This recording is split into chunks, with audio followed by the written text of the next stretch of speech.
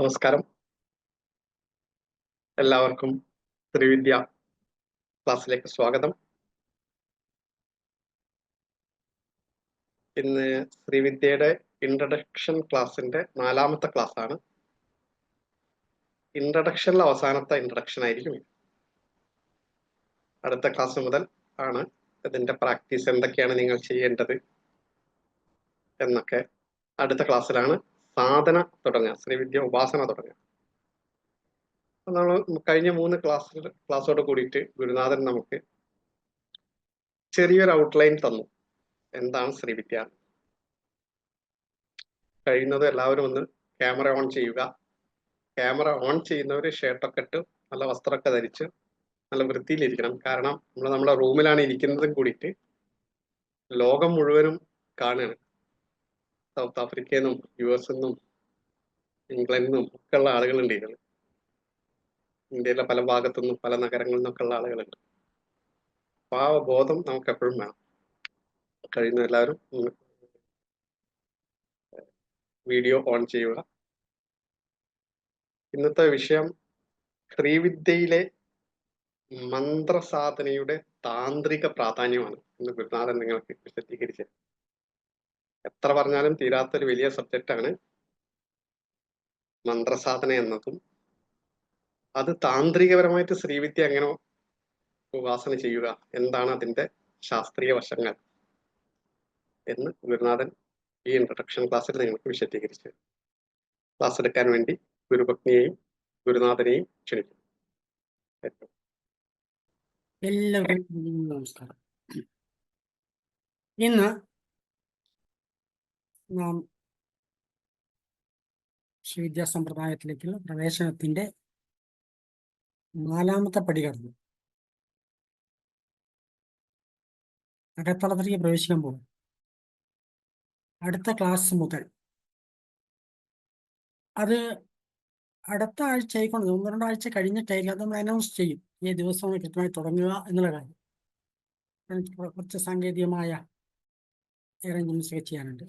അതെല്ലാം കഴിഞ്ഞ് നമ്മുടെ ഗ്രൂപ്പൊക്കെ ശരിയാക്കണം. മറ്റു തിരക്കുകളിടയിൽ അതിന് കുറച്ച് സമയം വേണം. അതുകൊണ്ട് 1-2 ആഴ്ച കഴിഞ്ഞിട്ട് നമ്മൾ ഇതിൻ്റെ ഡേറ്റ് പ്രഖ്യാപിക്കും.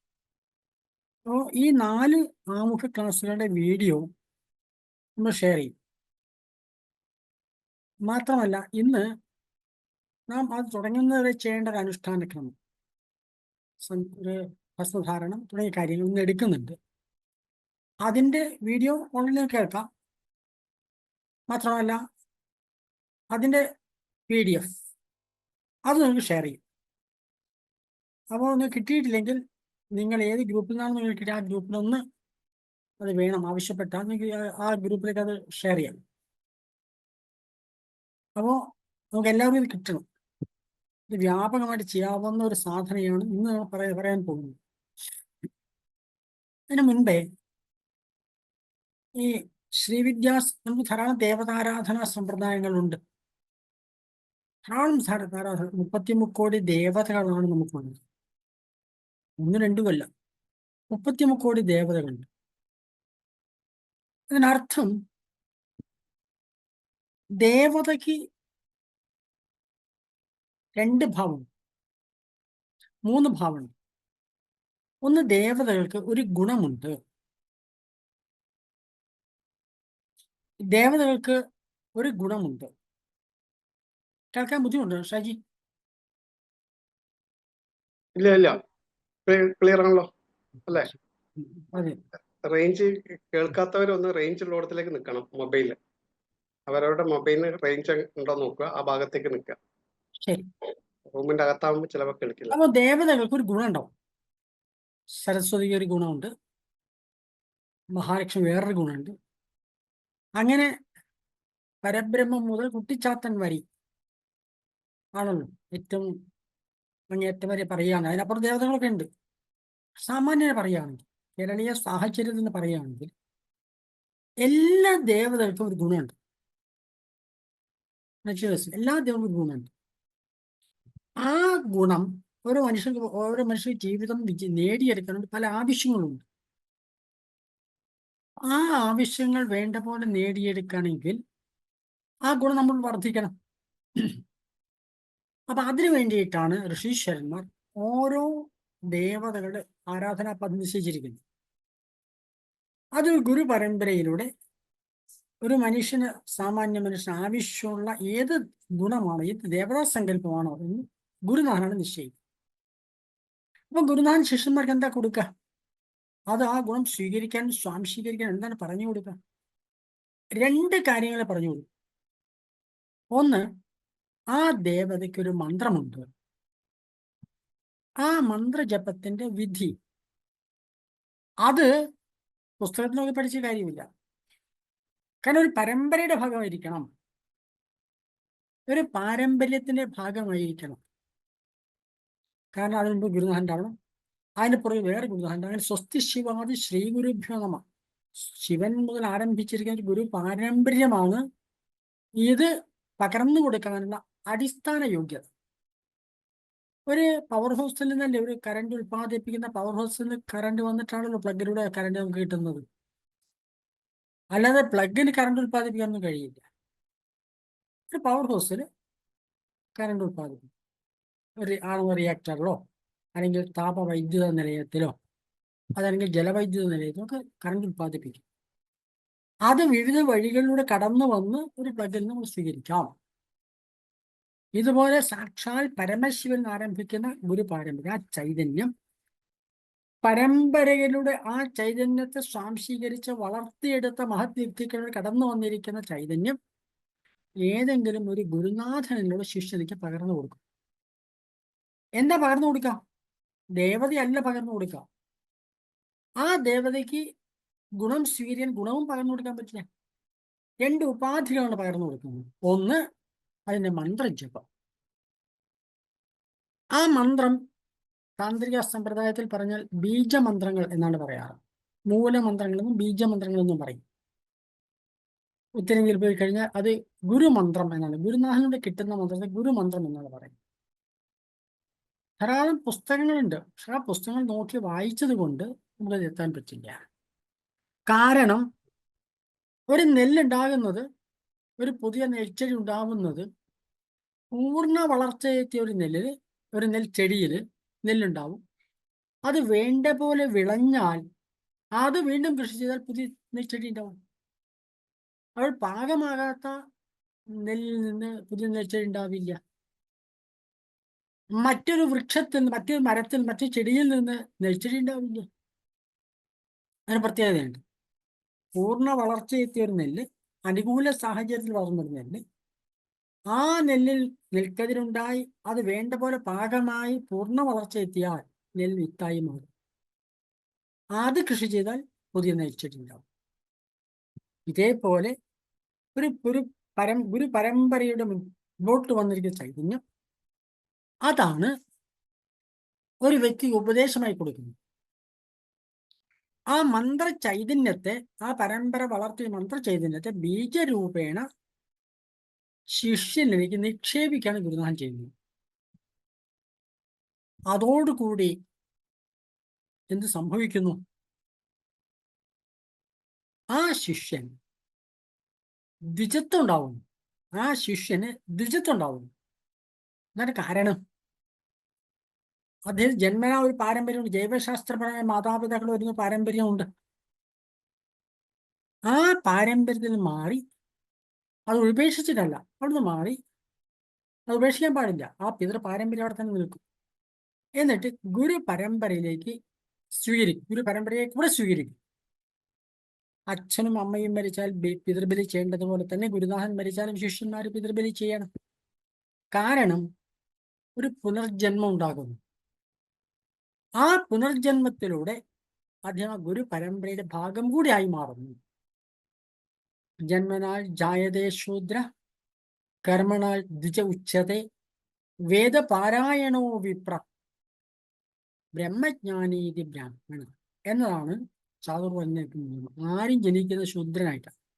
ജന്മനാൽ ജായതേ ശൂദ്ര കർമ്മണാൽ ദ്വിജ ഉച്യതേ, കർമ്മം കൊണ്ട് ദ്വിജത്വം നേടുന്നു. കർമ്മം കൊണ്ട് ദ്വിജത്വം നേടുന്നു. ആ കർമ്മം എന്താണ്?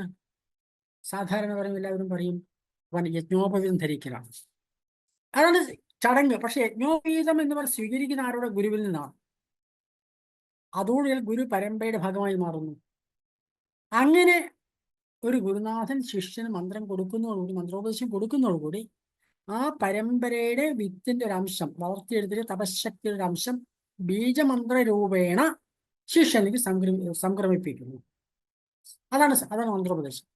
അപ്പോൾ ഗുരു പരമ്പര ശിഷ്യന്മാർ കൊടുക്കുന്ന ഒരു സംഗതി മന്ത്രജപമാണ്. രണ്ടാമത്തേത്, ഏത് ദേവതയ്ക്കും ഒരു രൂപമുണ്ട്. ഏറ്റവും ഒരു പ്രത്യേകത, എല്ലാ ദേവതയ്ക്കും രൂപമുണ്ട്. ഈശ്വരന് രൂപമില്ല, അമൂർത്തമാണത്, അരൂപിയാണത്. കാരണം എല്ലാ രൂപവും ഈശ്വരൻ ലയിച്ചിരിക്കുന്നു. അതുകൊണ്ട് ഈശ്വരൻ രൂപാതീതനാണ്.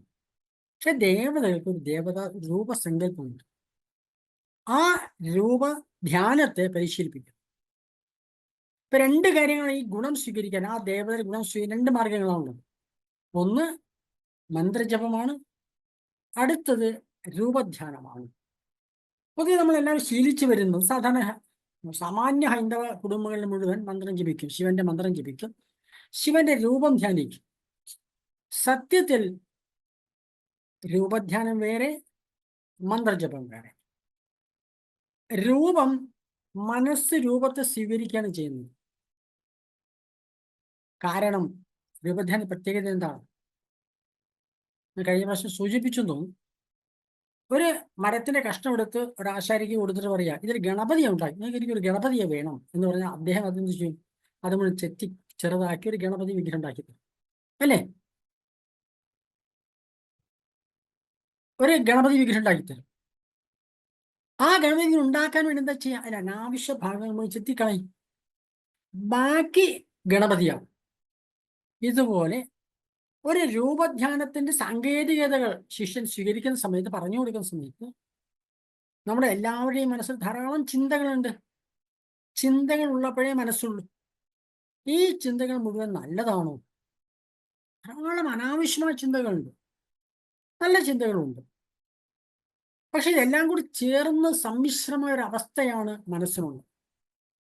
ആ രൂപത്തെ ശ്രദ്ധാപൂർവം ബോധപൂർവമായിട്ട് ധ്യാനിക്കുന്ന സമയത്ത് മനസ്സിൽ അനാവശ്യമായ ചിന്തകൾ മുഴുവൻ മാറിയിട്ട് ആ രൂപം മാത്രമായി തീരുന്നു. ഇതാണ് രൂപധ്യാനം എന്ന് പറയുന്നത്. അങ്ങനെ രൂപം ധ്യാനിക്കുന്ന സമയത്ത് ആ ഗുണം, ആ ദേവതയുടെ ഗുണം നമ്മുടെ ഉള്ളിൽ വർദ്ധിച്ചു വരുന്നു. അതേപോലെ തന്നെ മന്ത്രം ജപിക്കുന്ന സമയത്ത് ആ മന്ത്രസ്പന്ദനങ്ങളിൽ മാത്രം ലയിക്കുന്ന മനസ്സ്. അപ്പം മനസ്സിന് അപ്പുറത്തേക്കുള്ള ഒരു അവസ്ഥയിരിക്കും നമ്മുടെ ബോധത്തെ ഉയർത്തിക്കൊണ്ടുപോകുന്നു, ബോധതലത്തിൽ ഉയർത്തിക്കൊണ്ടുപോകുകയും ചെയ്യും. അങ്ങനെ ചെയ്യുന്ന സമയം നിരന്തരമായ പരിശ്രമത്തിലൂടെ ആ ഗുണം അല്ലെങ്കിൽ ആ ദേവതാ നമ്മൾ വർദ്ധിച്ചു. ഇതാണ് ദേവതാരാധന ലക്ഷ്യം. അതിന് പ്രധാനമായിട്ട് ജപം, പൂജ, അർച്ചന, തർപ്പണം, ഇങ്ങനെ കുറെ വിധികളുണ്ട്. ഇത് മുഴുവൻ ഗുരുനാഥ ശിഷ്യ പരിശീലിപ്പിക്കുന്നു, ആണ് ഗുരുനാഥന്റെ ജോലി. അതുകൊണ്ട് ഒരു ഗുരു പരമ്പരയില്ലാതെ ആർക്കും ആധ്യാത്മിക സ്ഥാനം മുമ്പോട്ട് പോകാൻ പറ്റില്ല. കാരണം എന്താ? ആ വഴിയുടെ മുൻപ് സഞ്ചരിച്ച ഒരാൾ വേണം. സാധന ചെയ്ത് മുൻപോട്ട് പോകുമ്പോൾ നമ്മുടെ മനസ്സിന് ധാരാളം പ്രതിസന്ധികളും പ്രശ്നങ്ങളും വരും. അത് ഏത് മന്ത്രം എങ്ങനെ ജപിച്ചാലും ആ മാറ്റങ്ങൾ ഉണ്ടാവും. പക്ഷെ പല മാറ്റങ്ങളും പല പരിവർത്തനങ്ങളും നമുക്ക് ഉൾക്കൊള്ളാൻ പറ്റില്ല. അപ്പൊ അത് കൃത്യമായിട്ട് മാർഗനിർദ്ദേശം നൽകാൻ ആ വഴിയിലൂടെ മുൻപേ സഞ്ചരിച്ച അനുഭവമുള്ള ഒരാൾ വേണം. അതുകൊണ്ടാണ് ഒരു ഗുരുവിൽ നിന്നാണ് മന്ത്രം സ്വീകരിക്കേണ്ടത് എന്ന് പറയാൻ കാരണം. ഗുരു മന്ത്രം സ്വീകരിക്കുന്നു, സാധന ചെയ്യുന്നു. സാധന ചെയ്യുമ്പോൾ അതിനകത്ത് താന്ത്രികമായി പ്രധാനപ്പെട്ട വിഷയം ഒന്ന് പൂജയാണല്ലോ. പൂജയിൽ എന്താ സംഭവിക്കുക? എന്താ നടക്കുന്നത്? കഴിഞ്ഞ പ്രാവശ്യം പറഞ്ഞു, പൂജ സംഹാരക്രിയയാണ്. കാരണം ശുദ്ധമായ ഈശ്വര ചൈതന്യം സ്ഫോടത്തെ തുടർന്ന് അത് 36 തത്വങ്ങളായിട്ടും 96 തത്വങ്ങളായിട്ടും പരിണമിച്ചു എന്ന താന്ത്രിക സിദ്ധാന്തം. അതേസമയം ചുരുക്കി പറഞ്ഞാൽ അത് 5ആയിട്ട് പരിണമിക്കും, പഞ്ചീകരിക്കപ്പെടുന്നു. പ്രപഞ്ചമായി തീരുന്നു. ശുദ്ധമായ ഈശ്വര ചൈതന്യം സ്വയം പരിണമിച്ച് പ്രപഞ്ചമായി തീരും. ആ പ്രപഞ്ചത്തിന് 5 അവസ്ഥാവിശേഷങ്ങളുണ്ട്, 5 തത്വങ്ങളുണ്ട്. ആകാശമാണ്, ആകാശമായി, വായുവായി, അഗ്നിയായി, ജലമായി, പൃഥ്വിയായി പരിണമിക്കുന്നു. അതിന് അടിസ്ഥാനപരം മുഴുവൻ ഈ ചൈതന്യമാണ്, ഈ ശുദ്ധമായ ചൈതന്യമാണ് ഇത് മുഴുവൻ. പക്ഷേ അത് ഘനീഭൂതമാകുന്ന സമയത്ത്, സാന്ദ്രീകൃതമാകുന്ന സമയത്ത് അതിലെ പരമാണുക്കളുടെ ഘടനയിലെ വ്യത്യാസം കൊണ്ട് അത് പൃഥ്വിതത്വമാകുന്നു. ആ ഘടനയിൽ കുറച്ച് വ്യത്യാസം വരുമ്പോൾ അത് ജലതത്വമാകുന്നു. അതിൽ നിന്ന് കുറച്ച് മാറ്റം വരുന്ന സമയത്ത് അഗ്നിതത്വമാകുന്നു. ആകാശവും വായുവും ആകാശവുമായിട്ട് അത് മാറും. ഇത് മുഴുവൻ പരമാണുക്കളുടെ ഘടനയുടെ വ്യത്യാസം മാത്രമേ. പക്ഷെ 5 ആയിത്തീരുന്നു. ഈ 5 അവസ്ഥകളും പ്രപഞ്ചത്തിനുണ്ട്. പ്രപഞ്ചത്തിലെ കൊച്ചു പതിപ്പായിരിക്കുന്ന ഈ ശരീരത്തിന് അതുണ്ട്. ഈ ശരീരത്തിന്റെ പേര് പിണ്ഡാണ്ഡം എന്നാണ്. ഭാരതീയ ആധ്യാത്മിക ഭാഷയിൽ ഈ ശരീരം പിണ്ഡാണ്ഡം എന്നതാണ്. ബ്രഹ്മാണ്ഡമാണ് പ്രപഞ്ചം. അതിലുള്ള ഒരു പിണ്ഡാണ്ഡമാണ് നമ്മുടെ ശരീരം. അപ്പൊ ബ്രഹ്മാണ്ഡത്തിൽ എന്തൊക്കെ ഉണ്ട് അത് മുഴുവൻ തൻ്റെ ഉള്ളിലുണ്ട്. ഒരു ഈശ്വര ഒരു താന്ത്രികമായ പൂജയിലൂടെ ദേവതയെ സങ്കല്പിച്ച് ആവാഹിച്ച് പ്രതിഷ്ഠിക്കുന്ന സമയത്ത്, താന്ത്രികമായ രീതിയിൽ ചെയ്യുന്ന സമയത്ത്, ഒരു താന്ത്രികമായ രീതി, തന്ത്രം എന്ന് പറയുന്നത് അത് എളുപ്പം മനസ്സിലാവും. തന്ത്രം ഒരു ടെക്നിക്കാണ് അല്ലേ? തന്ത്രം എന്ന് പറഞ്ഞാൽ എളുപ്പം നമുക്ക് മനസ്സിലാവുന്ന ഭാഷ എന്ന ടെക്നിക്കാണ്, ഒരു ഉപായമാണ്. ഒരു ഉപായത്തിലൂടെ ആ ദേവതയെ ഒരു ഉപാധിയിലേക്ക് നാം ആവാഹിക്കുന്നു. അതിനെ ആവാഹിച്ച് ആ ദേവതയിലേക്ക് തൻ്റെ ഉള്ളിലുള്ള പൃഥ്വിതത്വത്തെയും, തൻ്റെ ഉള്ള പൃഥ്വിതത്വത്തെയും ഖരാവസ്ഥയെയും, തൻ്റെ ഉള്ളിലുള്ള ജലാവസ്ഥയെയും, തൻ്റെ ഉള്ളിലുള്ള അഗ്നിതത്വത്തെ, തൻ്റെ ഉള്ളിലുള്ള വായുതത്വത്തെയും, തൻ്റെ ഉള്ളിലുള്ള ആകാശത്തെയും ദേവതയിലേക്ക് ലയിക്കും. പൂർണ്ണമായ സമർപ്പണം നടക്കും. മാത്രമല്ല മനുഷ്യന്റെ ഉള്ളില്, ഇത് മാത്രമല്ല മനുഷ്യൻ എന്ന് പറയുന്നത്, ഒരു മനുഷ്യൻ മരിച്ചു കിടക്കുന്നു, അയാൾ എന്ത് പോയി നമ്മൾ പറയാ? പ്രാണൻ പോയി എന്ന് പറയാം. അപ്പോ സൂക്ഷ്മ ശരീരം എന്ന് പറയുന്ന പ്രാണശക്തിയോട് നമ്മുടെ ഉള്ളിൽ നിവേദ്യ രൂപേണ ആ പ്രാണശക്തികളെയും ദേവതയ്ക്ക് ലയിപ്പിക്കും. തന്റെ സ്ഥൂല ശരീരത്തെ, അതിന് ഊർജം പകരുന്ന സൂക്ഷ്മ ശരീരത്തെ ഇത് മുഴുവൻ ദേവതയ്ക്ക് ലയിപ്പിക്കും. പൂർണ്ണമായിട്ട് ലയിപ്പിക്കുകയാണ് ചെയ്യുന്നത്. ഭാവനയിലൂടെ, ഭക്തിയും ഭാവനയും ഉപയോഗിച്ചുകൊണ്ട് ചെയ്യുന്നു. അങ്ങനെ ചെയ്താൽ എന്താ സംഭവിക്കുക? ഒരു നദി ഒഴുകിക്കൊണ്ടേയിരിക്കുന്നു. ആ നദിയിലെ ജലം എത്തിച്ചേരുന്ന ഒരു സമുദ്രമുണ്ട്. നാം സമുദ്ര തീരത്ത് പോയി, ഒരു അഴിമുഖത്ത് പോയി നിൽക്കുകയാണ്. ഒരു ഭാഗത്ത് നദീജലമുണ്ട്, മറ്റേ ഭാഗത്ത് സമുദ്രജലമുണ്ട്. നദിയുടെ സ്വഭാവം എന്താ? ആ ജലം മുഴുവൻ ഒഴുകിയിട്ട് സമുദ്രത്തിലേക്ക് എത്തും. അപ്പോൾ ആ നദിയിൽ ജലം ഒഴുകിക്കൊണ്ടിരിക്കുന്ന സമയത്തോളം അത് നദിയിലെ ജലമാണ്. അത് സമുദ്രത്തിലേക്ക് ലയിച്ചു ചേർന്നാൽ അത് സമുദ്രജലമാണ്. പിന്നെ നദീജലം വേറെ. ഇതുപോലെ ഞാൻ എന്ന് പറയുന്ന പരിമിതമായ വ്യക്തിത്വത്തിന് തൻ്റെ മുഴുവൻ ചൈതന്യവും, തൻ്റെ സ്ഥൂലവും സൂക്ഷ്മമായ ഭാഗങ്ങൾ ദേവനിലേക്ക് ലയിപ്പിച്ചാൽ, ഭക്തിയും ഭാവനയും ഉപയോഗിച്ചുകൊണ്ട് താന്ത്രികമായ ക്രിയകൾ ഉപയോഗിച്ച് ലയിപ്പിച്ചാൽ ഞാനില്ല, ഈശ്വരനായിത്തീരും, ദേവതയായിത്തീരും. അവർ ശിവം ഭൂത്വാ ശിവം യജത്, ശിവനായിത്തീരലാണ് ശിവാരാധനയുടെ ലക്ഷ്യം. ഏത് ദേവതയാണോ ആരാധിക്കുന്നത് ആ ദേവതയായിട്ട് ഉയരലാണ്. ആ ദേവത എന്ന് പറഞ്ഞാൽ, ഞാൻ നേരത്തെ പറഞ്ഞ ദേവത എന്നൊരു ഗുണമാണ്. ആ പൂർണ്ണമായിട്ട് ആ ഗുണവിശേഷം സ്വാംശീകരിക്കാൻ നമ്മൾ ചെയ്യുന്നത്. ആ ഗുണമായിട്ട് ബുദ്ധൻ താരാദേവി ഉപാസിച്ചു. താരാദേവി കാരുണ്യത്തിന്റെ മൂർത്തിയാണ്. ബുദ്ധൻ കാരുണ്യത്തിന്റെ അവതാരമായി മാറി. ഇത് സംഭവിച്ചു. അപ്പൊ അതുകൊണ്ട് ദേവതയായിട്ട് ഉയരാൻ വേണ്ടിയാണ് പൂജ. ദേവത വ്യത്യസ്ത ഗുണങ്ങളാണ്. അപ്പൊ അതുകൊണ്ട് ഭാരതത്തിലെ ദേവതാരാധനാ സങ്കല്പത്തിന്റെ പ്രത്യേകത, ഓരോ ദേവതയ്ക്കും ഒന്നും അതിൽ കൂടുതലാണ് ഗുണവിശേഷങ്ങളുണ്ട്. ഒരു ഗുണം മാത്രമൊന്നുമല്ല. ഉദാഹരണമായിട്ട് ഗണപതിക്ക് വിഘ്നങ്ങൾ തീർക്കാൻ ഗണപതിയുടെ ജോലി വിഘ്ന വിനാശകനാണ്. അതിന് കഴിവുകൾ വേണം, ബുദ്ധി വേണം. ഒരു വിഘ്നം തീരണമെങ്കിൽ സിദ്ധി ബുദ്ധി ശക്തി സഹിതമായ ഗണപതിയെ ഉപാസിക്കാറ്. ഗണപതി 2 ശക്തികളാണ്, സിദ്ധിയും ബുദ്ധി. 2 പത്നിമാരെ നമ്മൾ സാധാരണ മാനുഷിക ഭാവനയിൽ നോക്കുന്ന സമയത്ത് ഗണപതിയുടെ ഭാര്യമായിട്ട്. പക്ഷെ ഇത് കേവലം ചൈതന്യങ്ങളാണ് ഇതൊക്കെ. അപ്പൊ സിദ്ധിയും ബുദ്ധിയും എന്ന രണ്ട് ഗുണങ്ങൾ കൂടെ ആ ഗണപതി ഉപാസന സാധന ലഭിക്കും. ഇതാണ് സങ്കല്പം. ഒരു ഗുണം സ്വീകരിക്കാൻ ധാരാളം ഗുണങ്ങൾ വേറെ വേണം. സരസ്വതി ജ്ഞാനവിജ്ഞാനങ്ങളുടെ ദേവതയാണ്. ജ്ഞാനത്തിന്റെയും ദേവതയാണ്, വിജ്ഞാനത്തിന്റെയും ദേവത. സരസ്വതിയിൽ വീണയുണ്ട്. വീണ സുഷുമ്ന നാഴിയുടെ പ്രതീകമാണ്, പ്രാണശക്തിയുടെ പ്രതീകമാണ്. ഒരു കയ്യില് ജപമാലയുണ്ട്. തപസ് ചെയ്തെങ്കിലേ ജ്ഞാനം ഉണ്ടാകുള്ളൂ. മറുകയിൽ പുസ്തകമുണ്ട്. ഇന്ദ്രിയങ്ങളുടെ അറിവ് കൊണ്ട് മാത്രമേ വിജ്ഞാനം ഉണ്ടാകുള്ളൂ. അപ്പൊ സരസ്വതി ഉപാസനയുടെ ഈ തരത്തരം ധാരാളം ഗുണങ്ങൾ ഒരു മനുഷ്യന് ലഭിക്കുന്നു. ഏത് ദേവതാരാധനയുടെയും ഒരു പ്രധാന ഗുണം സ്വീകരിക്കുന്ന കൂടെ തന്നെ അതിന് ധാരാളം മറ്റ് ഗുണങ്ങൾ കൂടെ ഉണ്ടാവും. ആ ഗുണങ്ങൾ കൂടെ നമ്മളുള്ളിൽ വളർന്നു. ഇതാണ് സംഭവം. ആ ഗുണമായിത്തീരുന്നു. ദേവത അനുഗ്രഹിക്കുക എന്ന് പറഞ്ഞാൽ ഘം എന്ന് പറഞ്ഞ ദേവത അനുഗ്രഹിക്കുന്നില്ല. നാടകത്തിനും സിനിമയിലും മാത്രം കാണാം. ജീവിതത്തിൽ എന്ന് സംഭവിക്കുന്നത്, ജീവിതത്തിൽ ആ ഗുണം വർദ്ധിച്ചു വരുന്നു. ആ ഗുണം സ്വാംശീകരിക്കാൻ കഴിയും. ഇതാണ് സംഭവം.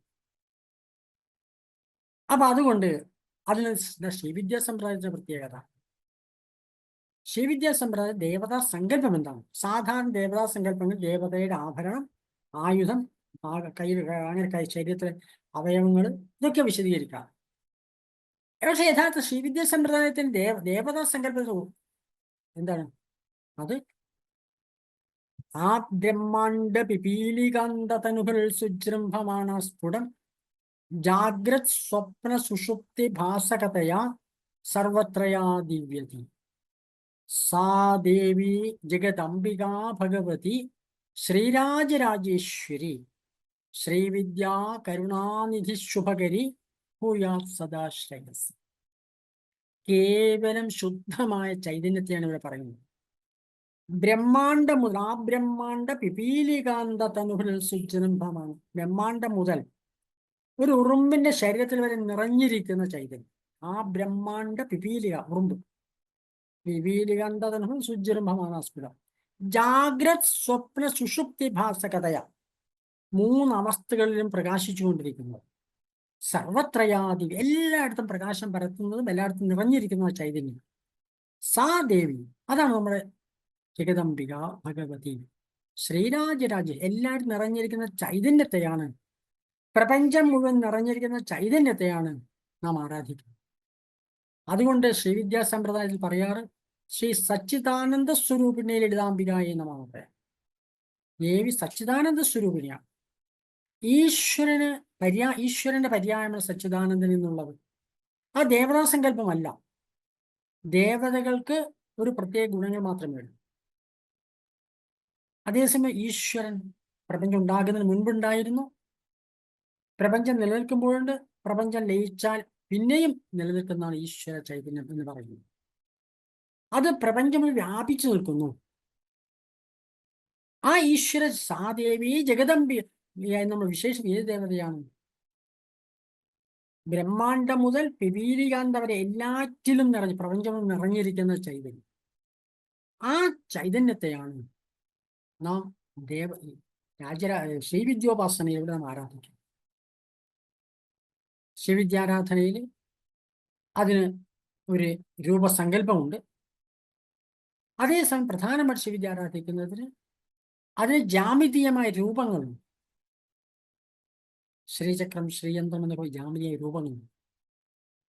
അതിലേക്കാണ് ആരാധിക്കാറ് പ്രധാനമായിട്ടും. വളരെ പ്രതീകാത്മകം, സാധാരണ മനസ്സിലാക്കാവുന്നതുമായ ഒരു സങ്കല്പത്തിന് പിന്നിലാണ്. അപ്പോൾ ശരിക്കും പറഞ്ഞാൽ ശ്രീവിദ്യാ സമ്പ്രദായത്തിൽ ലളിതാംബികയിലൂടെ ആരാധിക്കുന്നത് സാക്ഷാൽ ആ ജഗദംബിക, അത് സച്ചിദാനന്ദ സ്വരൂപിണിയാണ്, ഈശ്വരൻ തന്നെയാണ്. ഇപ്പൊ ഈശ്വരാരാധനയ്ക്ക്, ഈശ്വര പൂജയ്ക്ക് വേറെ സംവിധാനങ്ങളൊന്നുമില്ല. ദേവതാരാധനയ്ക്ക് ദേവതാ പൂജകൾ, സങ്കല്പങ്ങളുണ്ട്, ആരാധന സമ്പ്രദായമുണ്ട്, വ്യവസ്ഥകളൊക്കെ ഉണ്ട്. പക്ഷെ ഈശ്വരാരാധന താൻ പൂർണ്ണമായ പ്രപഞ്ച ചൈതന്യമായിട്ട് ലയിക്കാനുള്ള ഭാരതീയ ആധ്യാത്മിക ആഹ്വാനം, അത് സ്വാംശീകരിക്കാനുള്ള ഒരു പദ്ധതിയാണ് ശ്രീവിദ്യാ പദ്ധതി എന്ന് പറയും. അതൊരു കുറെ പടികൾ കടന്നു പോകണം. കുറെ പടികൾ കടന്നു പോകണം. പടികാലത്ത് മുത്തശ്ശിമാർ നമ്മളോട് പറഞ്ഞൊരു കാര്യം, പടിയാറും കടന്ന് അവിടെ ചെല്ലുമ്പോൾ ശിവനെ കാണും. അതിൽ പറഞ്ഞ ശിവൻ എന്ന് പറയുന്നത് ത്രിമൂർത്തികളുടെ ശിവനല്ല. പ്രപഞ്ചം ഉണ്ടാകുന്നതിന് മുമ്പുണ്ടായിരുന്ന ശുദ്ധ ചൈതന്യം. അതിന് സാധാരണക്കാർ ഈശ്വര ചൈതന്യം എന്ന് പറയുന്നത്. വേദാന്തികൾ പരബ്രഹ്മമെന്നും പരമാത്മാവെന്നും പറയുന്നതിനെയാണ്. താന്ത്രികന്മാർ ശിവൻ എന്ന് പറയുന്നതിനെയാണ്. താന്ത്രികന്മാർ പറയുന്ന ശിവനാണ് ശുദ്ധമായ ചൈതന്യം, യാതൊരു മാലിന്യവും ഇല്ലാത്ത, ഒരു തര പരിമിതികളില്ലാത്ത ചൈതന്യം. ത്രിമൂർത്തികളിൽ മാറുന്ന താഴോട്ട് വരുന്ന സമയം അവിടെ ബ്രഹ്മാവ് വിഷ്ണു ശിവ സങ്കല്പം വരുമ്പോൾ അത് ഗുണവിശേഷങ്ങളുടെ അടിസ്ഥാനത്തിലാണ്. ഇത് ഗുണാതീതമായിരിക്കുന്ന ഒരവസ്ഥയാണ് ശുദ്ധമായ ചൈതന്യം, ആ ശിവൻ എന്ന് പറയുന്നത്. പടിയാറും കടന്ന് അവിടെ ചെന്ന ആ ശിവനെ കാണും. ഈ പടികൾ സാധാരണ വൈക്കവുമായി ബന്ധപ്പെട്ട സ്തുതിയിലാണ് പറഞ്ഞിരിക്കുന്നത്. സത്യത്തിൽ വൈക്കത്തെ പടികളല്ല. തൻ്റെ ബോധതലത്തിന് വികാസത്തിലുണ്ടാകുന്ന വിവിധ ഘട്ടങ്ങളാണ്.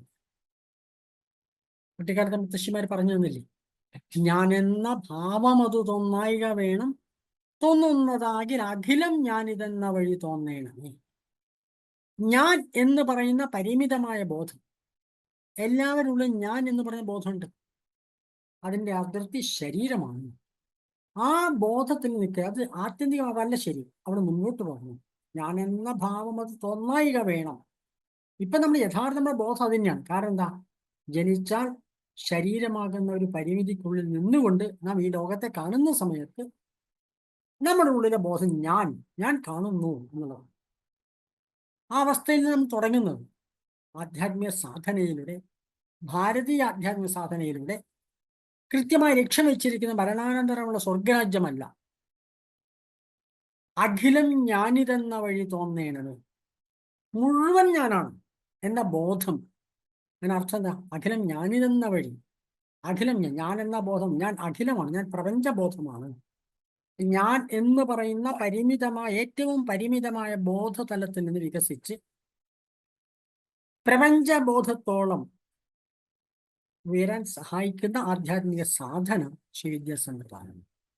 കാരണം അതിനകത്ത് ഒരു യന്ത്രമുണ്ടെന്ന് ഞാൻ പറഞ്ഞു, ശ്രീചക്രം എന്നൊരു യന്ത്രമുണ്ട്, ശ്രീയന്ത്രം എന്നൊരു യന്ത്രമുണ്ട്.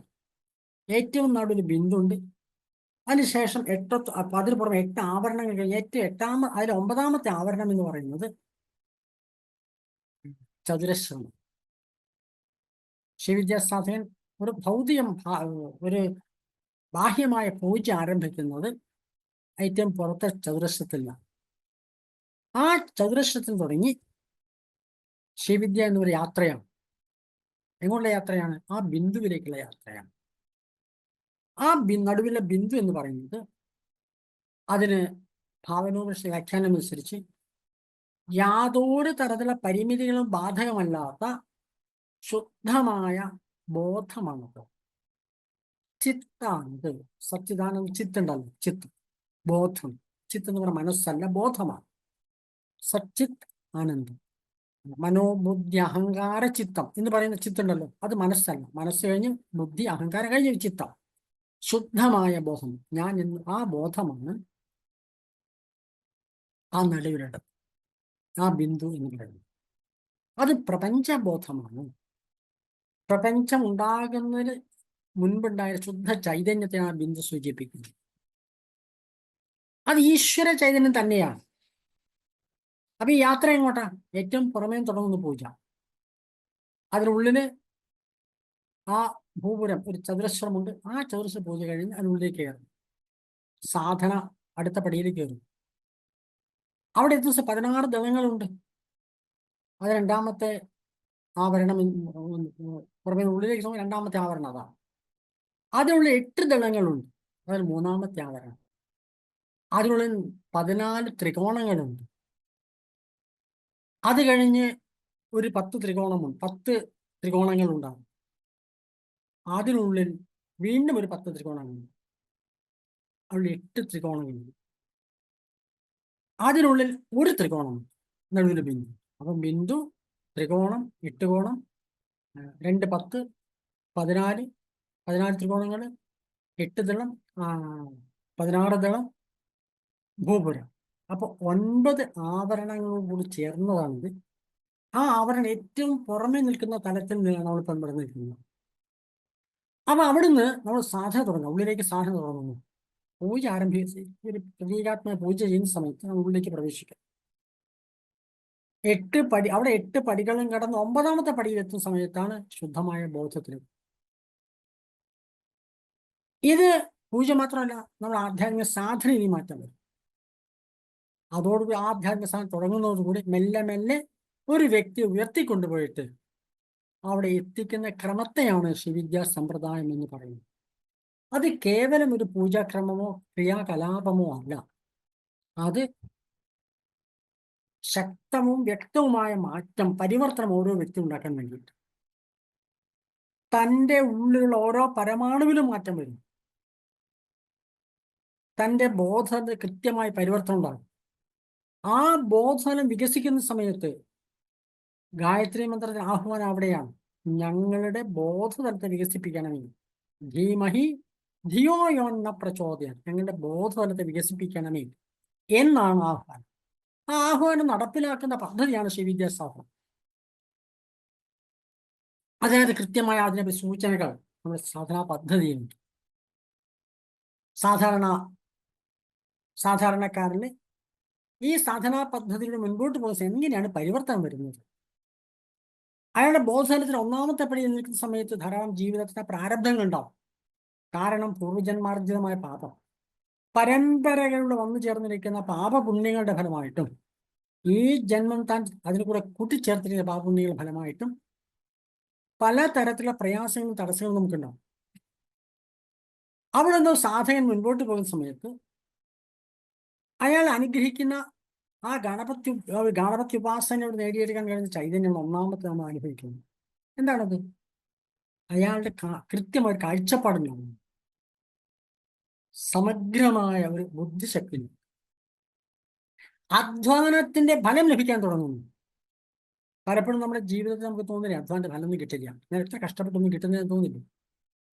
അത് സ്വപരിശ്രമം കൊണ്ട് മാത്രം നമുക്ക് നേടിയെടുക്കാൻ കഴിയില്ല. മനുഷ്യൻ പൂർണ്ണമായിട്ട് കഴിവുള്ള ഒരു വ്യക്തിയാണ്.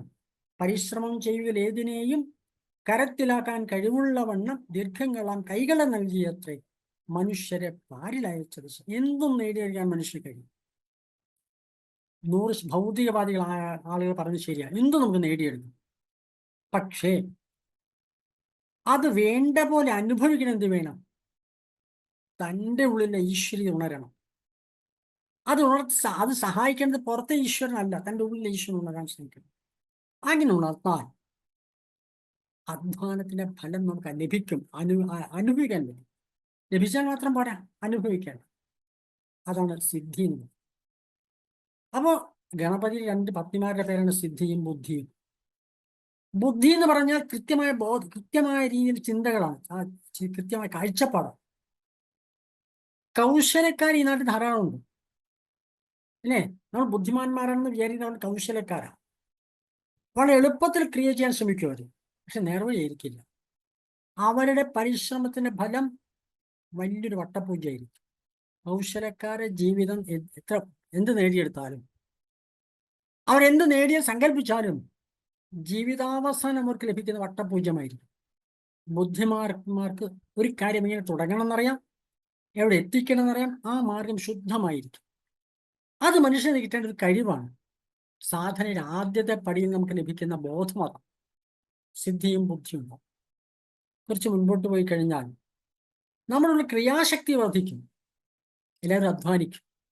പക്ഷെ പലപ്പോഴും അധ്വാനത്തിന്റെ ഫലം ലഭിക്കില്ല. അവിടെയാണ് ബാലാമന്ത്രം. ആ സമയത്ത് ബാലാമന്ത്രമാണ് സാധാരണ കൊടുക്കാറ്. ബാല സരസ്വതിയാണ്. സരസ്വതിയുടെ ഭർത്താവിന്റെ പേരാണല്ലോ ബ്രഹ്മാവ് എന്ന് പറയും പുരാണങ്ങളിൽ. ഈ പ്രപഞ്ചം ഏറ്റവും നല്ല സൃഷ്ടി നടത്തിയത് ബ്രഹ്മാവാണ്. ഏറ്റവും കൃത്യമായിരിക്കുന്ന പൂർണ്ണതയുള്ള സംഗീത സൃഷ്ടി. കാരണം എന്താ? ഏത് ശക്തിയാണ്? സരസ്വതിയുടെ ശക്തി കൂടെയാണ്. ആ ഗുണമാണ് 2ാമത്തെ പടിയിലെത്തുന്നത്. നമ്മൾ എന്ത് ചെയ്യാൻ കൃത്യമായി തീരും. നമ്മുടെ ഉള്ളിൽ നിന്ന് കാഴ്ചപ്പാട്, ഒരു കാര്യം തുടങ്ങുന്ന സമയത്ത് ഉള്ളിൽ നിന്ന് കാഴ്ചപ്പാട് വരും. ഏത് കാര്യം ചെയ്യുന്ന സമയത്ത് ഒരമ്മ വീട്ടിൽ കറി ഉണ്ടാക്കുന്നതിന് പോലും ആ ക്രിയാശേഷി കാണും. സൂത്രങ്ങളൊന്നുമില്ല, നേരെ കാര്യങ്ങൾ ചെയ്യും. തൊട്ടടുത്ത പടിയിൽ എത്തിക്കഴിഞ്ഞാൽ സമൃദ്ധി അനുഭവം. അധ്വാനത്തിന്റെ ഫലം ലഭിക്കാത്ത അവസ്ഥയിൽ മനുഷ്യൻ മുൻപോട്ട് പോകുന്ന സമയത്ത്, സാധനയിലൂടെ അയാൾ മുന്നോട്ട് പോകുന്ന സമയത്ത്, കൃത്യമായ വഴിയുടെ മുൻപോട്ട് പോകുന്ന സമയത്ത് അയാൾക്ക് സമൃദ്ധി അനുഭവം. ചെയ്തതിന് ഫലമുണ്ടെന്ന് മാത്രമല്ല, സമൃദ്ധി അനുഭവിക്കും. കേവലം ബുദ്ധി കൊണ്ട് നേടാൻ കഴിയുന്നതല്ല അത്. അത് ഈശ്വരാനുഗ്രഹം കൊണ്ട് ലഭിക്കുന്നതാണ് ആ സമൃദ്ധി. ഒരു കാലഘട്ടത്തിൽ കേരളത്തെ മുഴുവൻ കുടുംബങ്ങളും സമൃദ്ധമായിരുന്നു. നമുക്കറിയാം, ഈ ഇരിക്കുന്ന എല്ലാവരുടെയും മുഴുവൻ പൂർവികന്മാരുടെ ചരിത്രം നോക്കിക്കഴിഞ്ഞാൽ ഓരോ കുടുംബ സമൃദ്ധി ഉണ്ടായിരുന്നു. ഇന്ന് എവിടെയാണെങ്കിലും ശരി. കാരണം അന്ന് കുലദേവതയും ആചരണവും വേണ്ട പോലെ ഉണ്ടായിരുന്നു. ആ ദേവതാനുഗ്രഹത്തിലൂടെ സമൃദ്ധി അനുഭവിക്കാത്ത ഒരു കുടുംബം, ഒരു പാരമ്പര്യമൊന്നും കേരളത്തിലില്ല, ഭാരതത്തിലില്ല. അപ്പൊ അടുത്തത് നമുക്ക് സമൃദ്ധി അനുഭവിക്കണം. കുറച്ചു മുൻപോട്ട് പോകുന്ന സമയത്ത് നാം ആഗ്രഹിക്കൊന്നും വേണ്ട, തനിക്ക് എന്ത് വേണേലും ലഭിക്കും. ഒരു അനുഗ്രഹകാല പ്രവർത്തിക്കാൻ തുടങ്ങും. എല്ലാം ലഭിക്കുന്നൊരവസ്ഥ. പലപ്പോഴും ആഗ്രഹിച്ചത് കൃത്യമായിട്ട് കിട്ടും, നമുക്ക് അതുകൊണ്ട് ഉപയോഗിക്കാനും പറ്റും. പലപ്പോഴും ആഗ്രഹിച്ചത് ലഭിക്കും, ഉപയോഗിക്കാൻ പറ്റാറില്ലല്ലോ. നാം ജീവിതം പലതും ആഗ്രഹിക്കാറുണ്ട്. അത് നമുക്ക് ലഭിച്ചേക്കാം, പക്ഷെ അതിൻ്റെ ഫലം നാം ഉദ്ദേശിച്ച വിപരീതമായിരിക്കും പലപ്പോഴും ജീവിതത്തിൽ. അതല്ല, കൃത്യമായി ഈശ്വരൻ കൂടെ ആഗ്രഹിച്ചുകൊണ്ട് തരികയാണ്. നാം പ്രാർത്ഥിച്ച് കിട്ടുന്നതല്ല. അനുഗ്രഹത്തിന്റെ പ്രത്യേകത എന്താണ്? നാം പ്രാർത്ഥിച്ച് നമുക്ക് ലഭിക്കുന്നു. നാം പ്രാർത്ഥിക്കുമ്പോൾ പൂർണ്ണമാവില്ല, കാരണം നമ്മൾ മനുഷ്യനാണ്, പരിമിതിയുണ്ട്. അതുകൊണ്ട് അത് പൂർണ്ണമാവില്ല. പണ്ട് കാലത്ത് ഒരു കർഷകന്റെ ചരിത്രം പറയുന്ന പോലെ, ഒരു കർഷകൻ ഉണ്ടായിരുന്നു. അയാൾ നല്ല കൃഷിക്കാരനാണ്. അയാളുടെ കൂട്ടുകാരൻ ആരാണെയോ? ഈശ്വരൻ തന്നെയാണ്, ദൈവം തന്നെയാണ് കൂട്ടുകാരൻ. മനസ്സിലായല്ലോ? അപ്പോ ഇയാൾ കൂട്ടുകാരനായതുകൊണ്ട് ദൈവം ആ കൃഷിക്കാരൻ ആവശ്യമുള്ള മഴ കൊടുക്കും, ആവശ്യമുള്ള വെയിൽ കൊടുക്കും, ആവശ്യമുള്ള എല്ലാ സാധനവും കൊടുക്കും. നല്ല വിത്ത് കൊടുക്കും, നല്ല വളം കൊടുക്കും, നല്ല കൃഷി, നല്ല ഫലം ഉണ്ടാകും. ഒരു പ്രാവശ്യം കർഷകൻ അഹംഭാവമുണ്ട്. അയാൾ പറഞ്ഞു, ദൈവത്തോട് പറഞ്ഞു. അപ്പോൾ ദൈവം പറഞ്ഞു, ഞാനാണ് നിങ്ങൾക്ക് എല്ലാം തരുന്നത്, അപ്പോൾ നിങ്ങൾ തരണ്ട, ഞാൻ ചോദിക്കാം, അത് തന്നാൽ മതി എന്ന് പറഞ്ഞു. അങ്ങനെ കൃഷി ചെയ്യാൻ തുടങ്ങി. ശരി, ഞാൻ ചോദിച്ചു തരാം, നീ ചോദിച്ചാൽ മതി ആവശ്യത്തിന്. അപ്പോൾ വിത്ത് വിതയ്ക്കാൻ വന്നു. മഴ പെയ്യാൻ പറഞ്ഞു. ആവശ്യത്തിന് മഴ പെയ്തു, വെയിൽ തരാൻ പറഞ്ഞു, എല്ലാം കാറ്റ് എല്ലാം പറഞ്ഞു. പക്ഷേ കൃഷി വിളവ് വന്ന സമയത്ത് അത് മുഴുവൻ പതിരായിപ്പോയി. എന്താ കാരണം എന്നറിയോ? ഒരു നെൽച്ചെടി, അതിൽ പൂ വരുന്ന സമയത്ത് പോളിനേഷൻ നടക്കണ്ടേ? അതിന് കാറ്റുകൾ വേണം, സൂക്ഷ്മമായ ജീവികൾ വേണം. ഇതുകൊണ്ടാണ് ചോദിച്ചില്ല. കാരണം കാറ്റാരെയും ചോദിക്കും. കാറ്റ് വന്നാൽ ഇടിഞ്ഞു പോയി, ഇത് നെൽച്ചെടി മറഞ്ഞു പോയില്ലേ? അത് ചോദിച്ചില്ല. അങ്ങനെ പോളിനേഷൻ നടക്കാതെ വിത്തൊക്കെ ഉണ്ടായി, ഞാൻ ചോദിച്ചൊക്കെ കിട്ടി, നെല്ലൊക്കെ ഉണ്ടായി. പക്ഷെ നെല്ല് മുഴുവൻ പതിരായിപ്പോയി കഥയുണ്ട്. അതുപോലെ ഈശ്വരൻ അനുഗ്രഹിച്ചുകൊണ്ട് തന്നാലോ? ഈശ്വരൻ നമുക്ക് തന്നു കഴിഞ്ഞാൽ നമുക്ക് സമൃദ്ധി ഉണ്ടാവും. ആ അവസ്ഥയിൽ നമ്മൾ സ്വാഭാവികമായിട്ട് നമ്മൾ ആ അവസ്ഥയിൽ കഴിയും. തുടർന്ന് അടുത്ത ബോധത്തിന് അടുത്ത പടിയിൽ എത്തുമ്പോൾ നമ്മുടെ ജീവചൈതന്യം, ആ ജീവാത്മാവ് ശുദ്ധമായി തീരും, പാപരഹിതമായി തീരും. നമ്മൾ അനുഭവിക്കുന്ന ദുഃഖത്തിന് തന്നെ പാപമാണല്ലോ. പൂർവജന്മാർജിതം പാപം വ്യാധി രൂപേണ ജായത്തെ. പൂർവജന്മത്തിലുള്ള പാപമാണ് വ്യാധിക്ക് കാരണം. അപ്പോൾ ആ പാപം തീരാൻ എന്താ ചെയ്യാ? സാധാരണ ദുഷ്പ്രവർത്തികളുടെ ഫലമായിട്ടാണ് നമ്മൾ അനുഭവിക്കുന്ന ദുഃഖം. പാപം ചെയ്തുകൊണ്ടാണ് നമ്മൾ ദുഃഖം അനുഭവിക്കുന്നത്. കുറെ പുണ്യം ചെയ്താലോ? പുണ്യം ചെയ്താൽ ഹിന്ദുമത അടിസ്ഥാന തത്വം കർമ്മഫലം അനുഭവിക്കുക എന്നുള്ളതാണ്. നല്ല കർമ്മം ചെയ്താൽ അതിൻ്റെ ഫലം അനുഭവിക്കാം, ദുഷ്കർമ്മങ്ങൾ ചെയ്താൽ അതിൻ്റെ ഫലവും അനുഭവിക്കാം. ദുഷ്കർമ്മങ്ങളുടെ ഫലമായിട്ട് ദുഃഖവും സത്കർമ്മങ്ങളുടെ ഫലമായിട്ട് സുഖവും അനുഭവിക്കും. ഇതുകൊണ്ടാണ് നമ്മുടെയൊക്കെ ജീവിതത്തിൽ രണ്ടും ഉണ്ടാവുന്നത്, സുഖവും ദുഃഖവും ഒക്കെ ഉണ്ടാവുന്നത്. രണ്ടും ഉണ്ടാവും. കാരണം പൂർവികന്മാർ പലരും ധാരാളം നല്ല ഗുണങ്ങൾ ചെയ്തിട്ടുണ്ടാവും, അതിൻ്റെ സുഖം നമുക്കുണ്ടാവും. പല പാപങ്ങളും ചെയ്തിട്ടുണ്ടാവും, അതും കയറിയിട്ട് നമ്മോട് വരുന്നേ. അപ്പോൾ കുറേ പാപകർമ്മങ്ങളുടെ ഫലം വന്ന് കുറെ കുറെ പുണ്യകർമ്മങ്ങൾ ചെയ്താൽ അത് അവസാനിക്കില്ല, പാപത്തിന്റെ ഫലം അവസാനിക്കില്ല. എങ്ങനെയാ തീരുന്നത്? തപോഭിക്ഷീണ പാപം, തപസ്സുകൊണ്ടാണ് പാപം തീരുന്നത്. അപ്പൊ ആധ്യാത്മിക സാധനം തപസ് ചെയ്ത് മുൻപോട്ട് പോകുന്ന സമയത്ത്, ആ തപശക്തിയിലൂടെ കുറെ മുൻപോട്ട് പോകുന്ന സമയത്ത്, 5ാമത്തെ പടിയിലെത്തുന്ന സമയത്ത് പാപരഹിതമായ ഒരു അവസ്ഥയിൽ നമ്മൾ ഉയരുന്നു. കൃത്യമായ നിഷ്ഠാപൂർവമുള്ള ഒരു പരമ്പര നിർദ്ദേശിച്ച പ്രകാരം സാധനകൾ മുമ്പോട്ട് പോകുന്ന സമയത്ത് 5ാമത്തെ പടിയെത്തുമ്പോൾ പാപരഹിതമായ ഒരു അവസ്ഥയുണ്ട്. അങ്ങനെ അവസ്ഥയിൽ അയാളുടെ പരമ്പരകൾക്ക് പോലും ഗുണം ചെയ്യുന്നു. ആ അവസ്ഥയിൽ ഉയർന്നാൽ അയാൾ യോഗീശ്വരനായി തീർന്നു. സാധാരണക്കാരനായിരിക്കാം, പക്ഷെ ആത്മാവിന്റെ സങ്കല്പ യോഗീശ്വരൻ. അയാളുടെ ഗുണം, അയാളുടെ തപശക്തിയുടെ ഗുണം അടുത്ത 7 തലമുറകൾ വരെ നിലനിൽക്കുമെന്നാണ് പറയുന്നത്. കഴിഞ്ഞുപോയ തലമുറകൾ പാപവും തീരും. കാരണം ഒരു മനുഷ്യൻ, ഒരു ആത്മാവ് ജനിക്കുന്നത്, ഒരു ചൈതന്യം ജനിക്കുന്നത്, ഒരു ജീവൻ ഉണ്ടാകുന്നത് പൂർവജന്മാർജിതമായ പാപപുണ്യങ്ങളുടെ ഫലം പേറിക്കൊണ്ടാണ്. അതാണ് അടുത്ത തലമുറ പകർന്നു കൊടുക്കുന്നത്. ഇത് മുഴുവൻ ദഹിച്ച് അടുത്ത തലമുറ ശുദ്ധമായി, 7 തലമുറയെ ശുദ്ധമായി തീരും. ആ അവസ്ഥയിലേക്ക് ഒരു മനുഷ്യന് ഒരു തപശക്തി കൊണ്ട് അത് 5ാമത്തെ പടിയിലെത്തിയ 6ാമത്തെ പടിയിലെത്തിയ ജ്ഞാനിയായി തീരും. ജ്ഞാനത്തിൽ സ്വരൂപമോ. ജ്ഞാനം എന്ന് പറയുന്നത് അറിവല്ല, പ്രപഞ്ചത്തെ പറ്റി കൃത്യമായ ധാരണയാണ്. കാലാതീതമായ അവസ്ഥ, കൃത്യമായ ധാരണയാണ്. ഭാവി എന്ത് സംഭവിക്കുമെന്ന് മനസ്സിലാവും. കഴിഞ്ഞുപോയാൽ മനസ്സ് അങ്ങനെ ബോധതലത്തിന് ഏറ്റവും ഉയർന്നൊരവസ്ഥ, പടി 6ഉം കടന്ന് അവിടെ ചെല്ലും. അത് കഴിഞ്ഞാൽ ശുദ്ധ ഈശ്വരനായിത്തീരും. 7ാമത്തെ പടിയിലെത്തിയാൽ ശിവനെ കാണുക കണ്ണുകൊണ്ട് കാണലല്ല, അതായിത്തീരലാണ്. അവിടെ ലയിച്ചു ചേരല. അങ്ങനെ ഒരു നദിയിലെ ജലം സമുദ്രം ലയിച്ചു ചേരുന്നത് പോലെ ഒരു മനുഷ്യൻ ആധ്യാത്മിക സാധനയുടെ കൃത്യമായി മുന്നോട്ട് പോകുന്ന സമയത്ത് ഞാൻ എന്ന് പറഞ്ഞ് തുടങ്ങിയ ബോധതലത്തിൽ നിന്ന് വികസിച്ച് ഓരോ പടിയുടെ മുൻപോട്ട് പോയി ഏറ്റവും ഒടുവിൽ ഈശ്വരനായിത്തീരുന്നു. ശിവം ഭൂത്വാ ശിവം യജൻ. പ്രപഞ്ചബോധത്തോളം ഞാനെന്ന ബോധം അഖിലം ഞാനിതെന്ന വഴി എത്തിച്ചേരും. അത് കൃത്യമായി നയിക്കുന്ന സാധനാ പദ്ധതിയാണ് ശ്രീവിദ്യാ സമ്പ്രദായം എന്ന് പറയുന്നത്. അത് നീണ്ടൊരു യാത്രയാണ്, ചെറിയ യാത്രയൊന്നുമല്ല. ഭൂപുരം മുതൽ ഏറ്റവും പുറത്തെ ചതുരശ്രം മുതൽ അതിലെ ബിന്ദുവെള്ള യാത്ര. ഒരു മനുഷ്യന്റെ ബോധനത്തിന് ഞാൻ എന്ന് പറയുന്ന ബോധം മുതൽ പ്രപഞ്ചബോധനയുടെ യാത്ര. മറ്റൊരു സമ്പ്രദായത്തിൽ പറഞ്ഞാൽ മൂലാധാരം മുതൽ സഹസ്രാരപത്മങ്ങളുടെ യാത്ര. ആത്മാവിന്റെ പൂർണ്ണമായ ശുദ്ധമായ ഒരവസ്ഥ. അപ്പൊ ഈ അവസ്ഥ ഉയർത്തിക്കൊണ്ടുപോകാൻ പറ്റിയ സാധനാ പദ്ധതിയാണ് ശ്രീവിദ്യ സമ്പ്രദായം എന്ന് പറയുന്നത്. ആ സമ്പ്രദായം നീണ്ട ഒരു അവസ്ഥയാണ്, നീണ്ട ഒരു കാലഘട്ടമാണ്. ചുളുവിൽ കിട്ടുന്ന സാധനമല്ല. ഇതിലൂടെ യാത്ര ചെയ്താൽ ഏത് സാധാരണ യാതൊരു തരത്തിലുള്ള പരിമിതികളുമില്ല, ഒരു തരത്തിലുള്ള വിവേചനങ്ങളുമില്ല.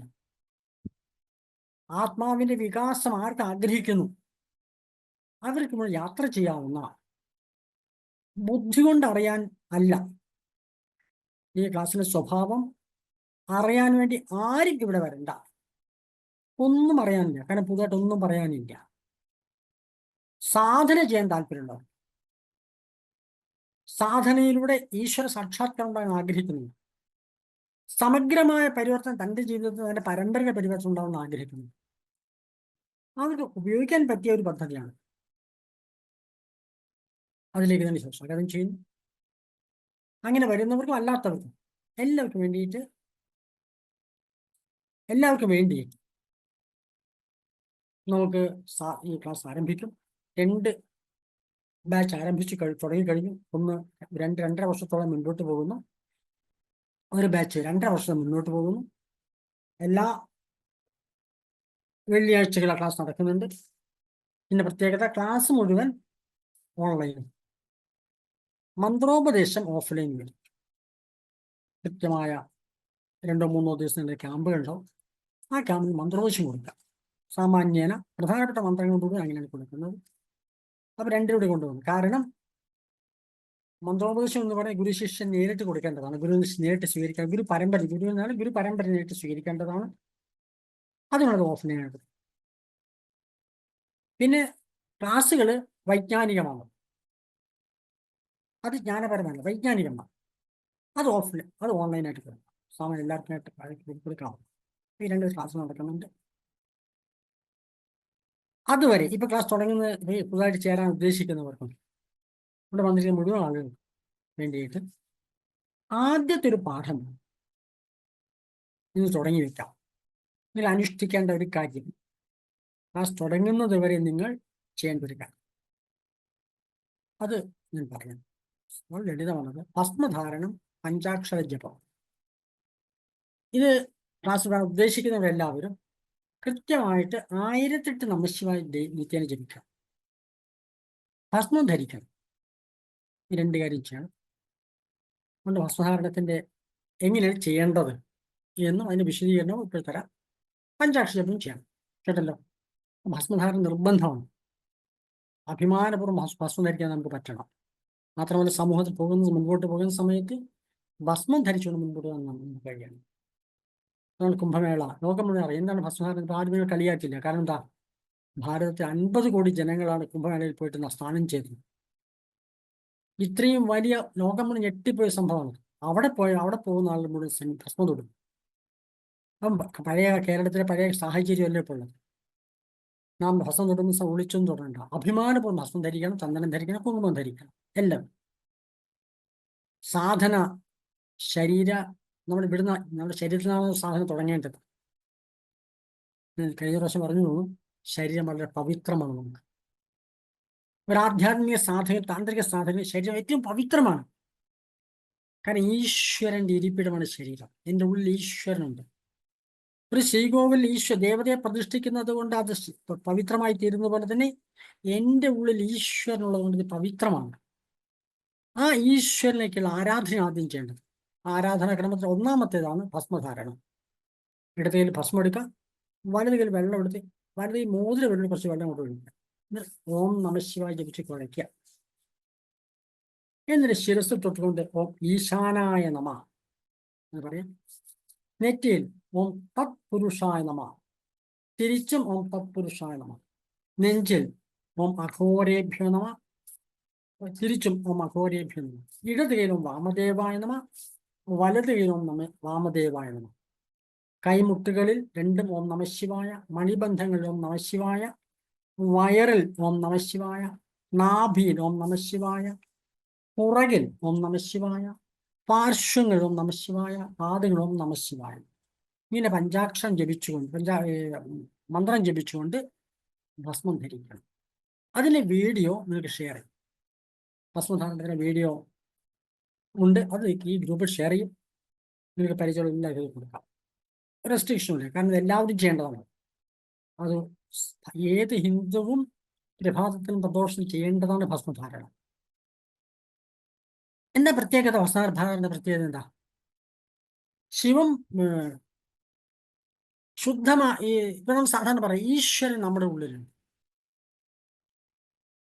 ആ ഈശ്വര ചൈതന്യത്തിന്റെ താന്ത്രികമായ പേരാണ് ശിവൻ. തന്ത്ര തന്നെ പറഞ്ഞ ശിവൻ എന്നാണ്. ആ ശിവന് 5 മുഖങ്ങളുണ്ടെന്നാണ് സങ്കല്പം. ആ 5 മുഖങ്ങളുടെ പേരാണ് ഈശാനൻ, തത്പുരുഷൻ, അഘോരൻ, വാമദേവൻ, സദ്യോജാതൻ. 5 മുഖങ്ങളാണ്. മനസ്സിലായല്ലോ. ബിഭ്രദ്ദോർഭിക്കുഠാരം മൃഗമഭയവരവ് സുപ്രസന്നോ മഹേഷ സർവാലങ്കാരദീപ്ത സരസിജനിലയോ വ്യാഘ്രചർമാർത്ഥവാസ ധ്യേയോ മുക്താപരാഗാമൃതരസകലിതാദ്രിപ്രഭ പഞ്ചവക്ത്ര ദ്രക്ഷകോടീരകോടി ഘടിന തുഹിനരൗചിഷ്കല തുംഗമൗലി എന്നാണ് ശിവന്റെ ധ്യാനശ്ലോകം. പഞ്ചവക്ത്രൻ, 5 മുഖമുണ്ട്.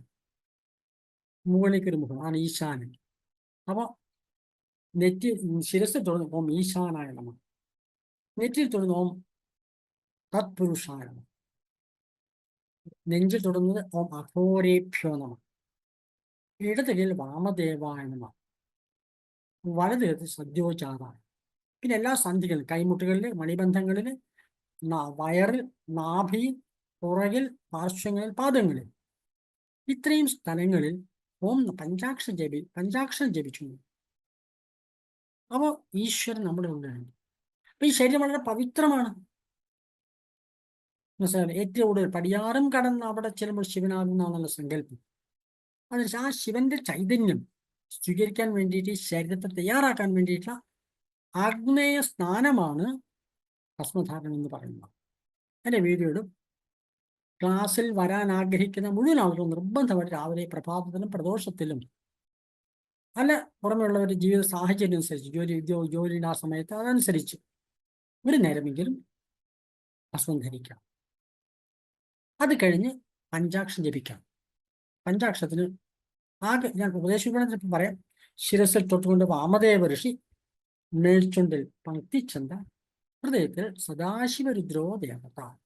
കേട്ടോളൂ. ഓം നമഃ ശിവായ, ഓം നമഃ ശിവായ, ഓം നമഃ ശിവായ എന്ന മന്ത്രം 1008 പ്രാവശ്യം ഒരു ദിവസം ചെയ്യാം. ഒരു നേരം ചെയ്യാൻ പറ്റി നല്ലത്, അല്ലെങ്കിൽ 2 നേരമായിട്ടൊന്നും ചെയ്യാം.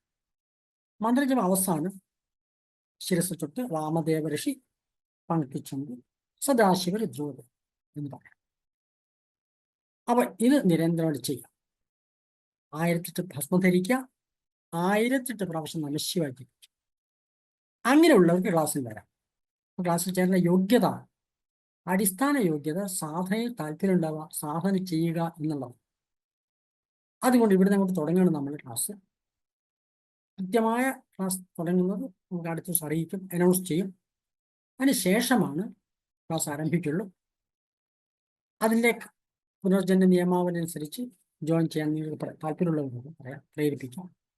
എന്തായാലും ക്ലാസ് എന്താണെന്ന് അറിയാൻ വേണ്ടി ആരും വരണ്ട. ക്ലാസ് നല്ലതാണെന്ന് പറയാനും വരണ്ട. കാരണം ഇതോടൊന്നും എനിക്ക് നിങ്ങൾക്കൊരു ഗുണവും ചെയ്യില്ല. അതുകൊണ്ട് ക്ലാസ് അനുഷ്ഠിക്കാം. അത് സാധന ചെയ്യാൻ വേണ്ടിയിട്ട് നിങ്ങൾ തയ്യാറാണ്. പിന്നെ തയ്യാറാവാൻ താല്പര്യമുള്ളവർക്ക് മാത്രം സ്വാഗതം ചെയ്യുന്നു. ഭസ്മധാരണം എല്ലാവർക്കും ഒരുപോലെയാണോ എന്ന് ചോദിച്ചിട്ടുണ്ട് വിശ്വനാഥ. അതെ അതെ, സ്ത്രീകൾക്കും ഒരുപോലെ തന്നെയാണ്. കാരണം ആ ഭാരതീയ സാധനാക്രമത്തിൽ വൈദികമാണെന്നും താന്ത്രികമാണെങ്കിലും അവിടെ ഒരു തരത്തിലുള്ള വിവേചനം ആർക്കുമില്ല. കാരണം സാധകന്മാർ മാത്രമേ ഇവിടെയുള്ളൂ.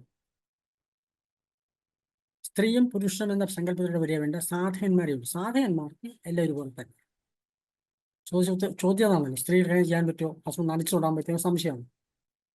സാധകന്മാർ ഈ പറഞ്ഞ ക്രമത്തിൽ തുടങ്ങണം നിർബന്ധമായിട്ട്. ശരി. ഒന്നുമില്ല.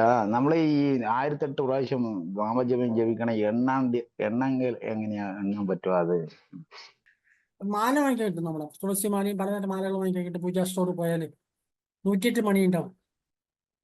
അത് 10 പ്രാവശ്യം ജപിച്ചാൽ മതി. 10 മാല കേട്ടോ. അതിന് ഏറ്റവും എളുപ്പം. പിന്നെ കൈപ്പിടിക്കാൻ ഞാൻ പിന്നീട് പറയാം. അപ്പൊ തൽക്കാലം എളുപ്പം ജപമാല ഉപയോഗിക്കാം. അതിനൊരു മെഷീൻ വാങ്ങിക്കണം. മെഷീൻ വാങ്ങുന്നത് ശരിയല്ലെങ്കിൽ പോലും ജപക്രമത്തിന് മെഷീൻ കിട്ടും. അത് വേണ്ട.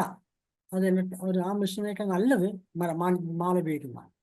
കാരണം പിന്നീട് മറ്റു ചില ഗുണങ്ങൾ അതുകൊണ്ട് ഞാൻ പിന്നീട് പറയാം. ശരി. അപ്പൊ മാല ഇതിന് രുദ്രാക്ഷമാല കിട്ടുമോ? അങ്ങനെ ഒറിജിനൽ രുദ്രാക്ഷത്തിന്റെ മാല കിട്ടുമോ? ബുദ്ധിമുട്ടാ. ഒറിജിനൽ ഡ്യൂപ്ലിക്കേറ്റ് രുദ്രാക്ഷ കിട്ടാൻ സാധ്യതയുള്ളൂ. ഒറിജിനലൊക്കെ അന്വേഷിച്ച് പോകുന്നും വേണ്ട. കിട്ടുന്ന മാല വാങ്ങിക്കും. തൽക്കാലം എണ്ണം നോക്കിയാൽ മതിയല്ലോ. കേട്ടാ. ഏതെങ്കിലും മാല വാങ്ങിക്കും. പ്രശ്നം തീർക്കും. പിന്നെ നമുക്ക് പോകുമ്പോൾ എവിടെയും പോകുന്നത് വാങ്ങിക്കാം. കേട്ടോ. ശുദ്ധമാണെന്ന് ഉറപ്പ് വരുന്ന സമയത്ത് രുദ്രാക്ഷ തന്നെ വാങ്ങിച്ചോളൂ. ഒരിക്കൽ തപസ് ചെയ്ത് ശക്തി നേടിക്കഴിഞ്ഞാൽ അത് പിന്നീട് അത് തപസ് ചെയ്തിട്ടില്ലെങ്കിൽ നഷ്ടപ്പെട്ടു പോകും. കാരണം ഒരു ഉത്തരം വരെ പ്രസക്തമല്ലയോ. കാരണം എന്താ പറയുക, ഇത് ബുദ്ധിയിൽ നിന്നുള്ള ചോദ്യമല്ലേ അല്ലേ? അനുഭവത്തിൽ ചോദിക്കും. നീ അനുഭവം കൂടി ചോദിക്കും. ആദ്യം തപസ് ചെയ്ത് ശക്തി നേടൂ, പിന്നെ നഷ്ടപ്പെടുന്ന നോക്കിയാൽ പോരെ. ആദ്യം തപശക്തി നേടിയെടുക്കൂ. കേട്ടോ. പിന്നെ നമുക്ക് നോക്കാം. സംരക്ഷിക്കുന്ന കാര്യമല്ലേ, നമുക്ക് നോക്കാം. കാരണം തപസ് ചെയ്യുന്ന ജീവിതം മുഴുവൻ ചെയ്യുന്നതാണ് തപസ്. പ്രാതപ്രഭൃതി സായാന്തം സായാദി പ്രാതരം തഥ എന്ന് പറയുന്നത് പോലെ ജീവിതം മുഴുവൻ ചെയ്യുന്നതാണ് തപസ്.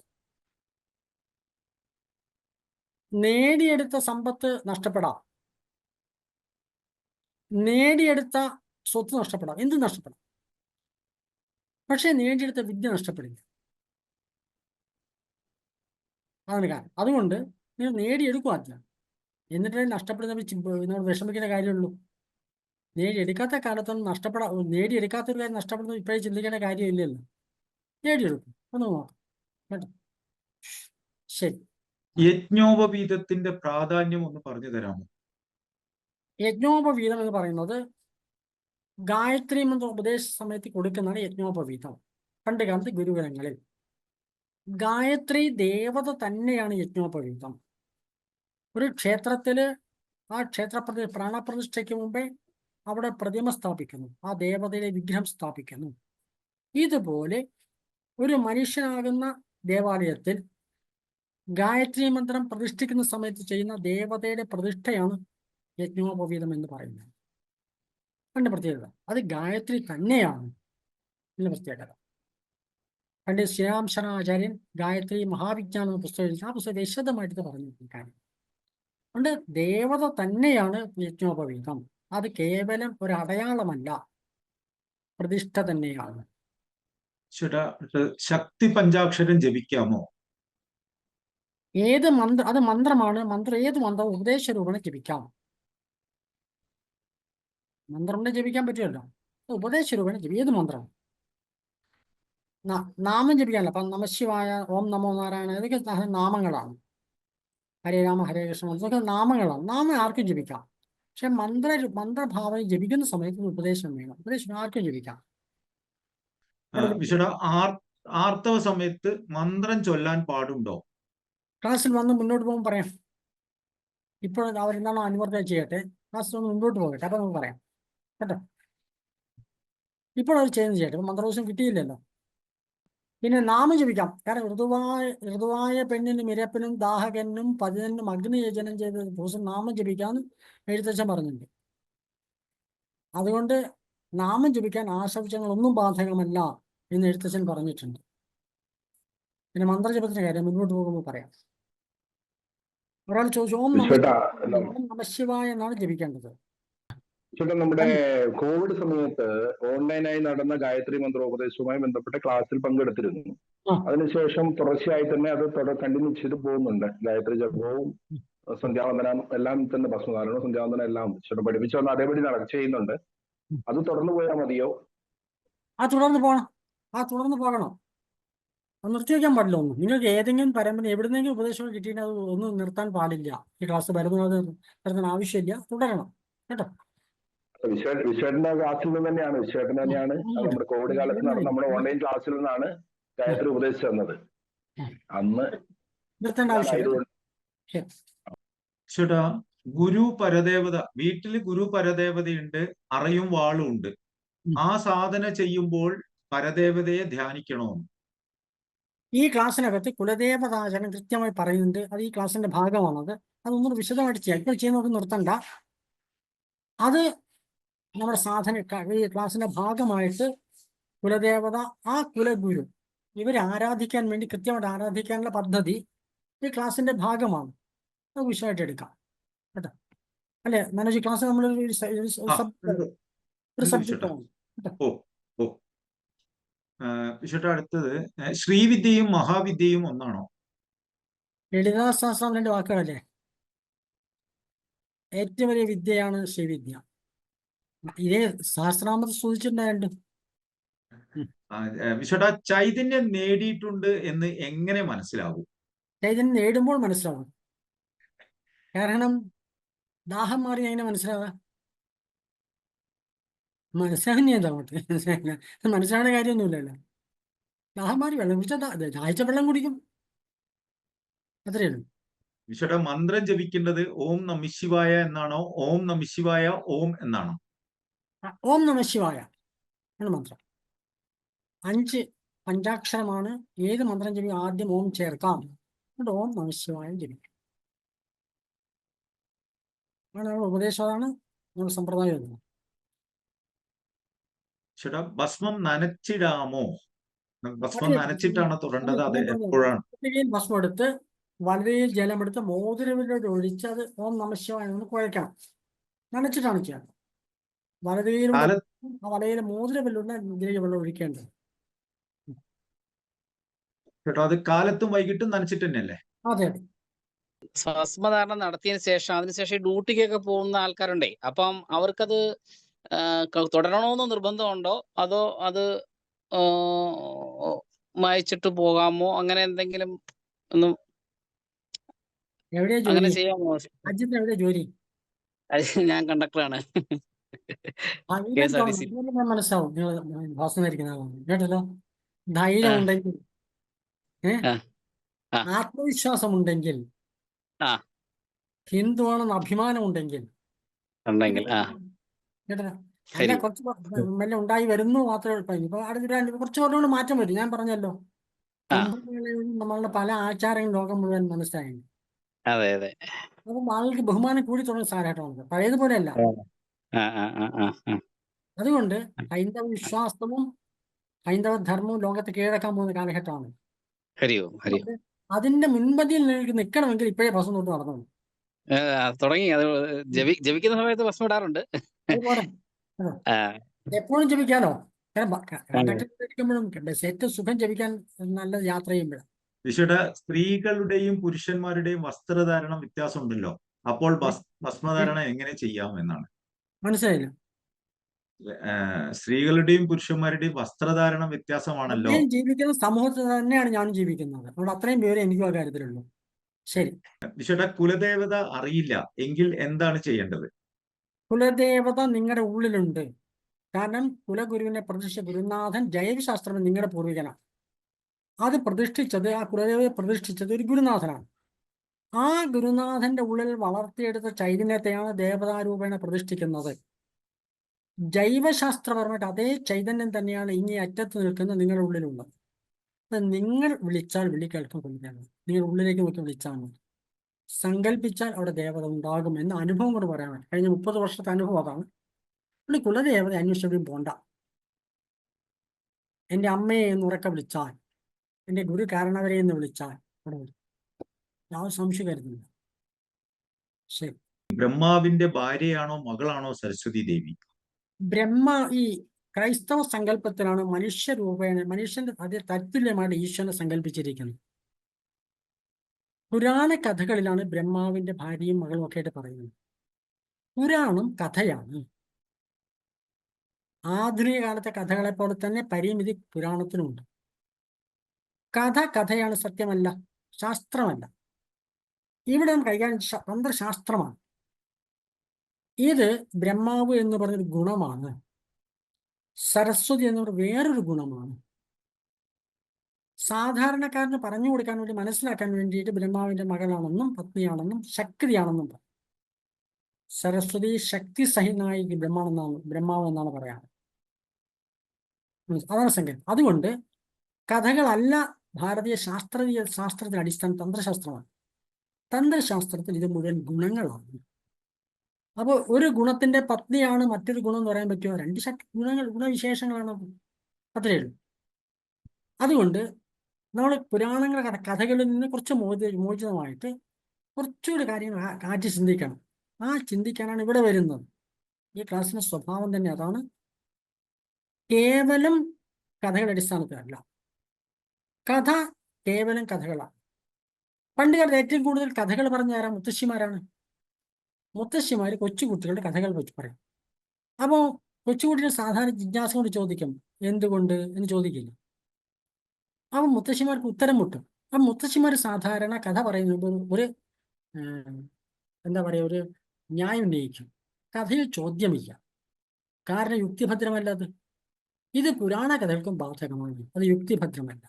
സാധാരണക്കാരനോട് ചില കാര്യങ്ങൾ വിശദീകരിക്കാൻ വേണ്ടി ഋഷീശ്വരന്മാർ സ്വീകരിച്ച ഒരു മാർഗമാണ് വളരെ സാധാരണക്കാരൻ എന്തുകൊണ്ട് എന്ന് പോലും ചോദിക്കാത്ത സാധാരണക്കാർക്ക് കൊടുക്കുന്നതാണ് പുരാണം.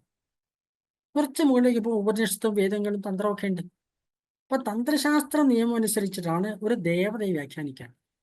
അവിടെ ഇത് മുഴുവൻ ഗുണവിശേഷങ്ങളാണ്. ഒരു ഗുണം ലഭിക്കാൻ 2-3 ഗുണങ്ങൾ കൂടെ വേണം.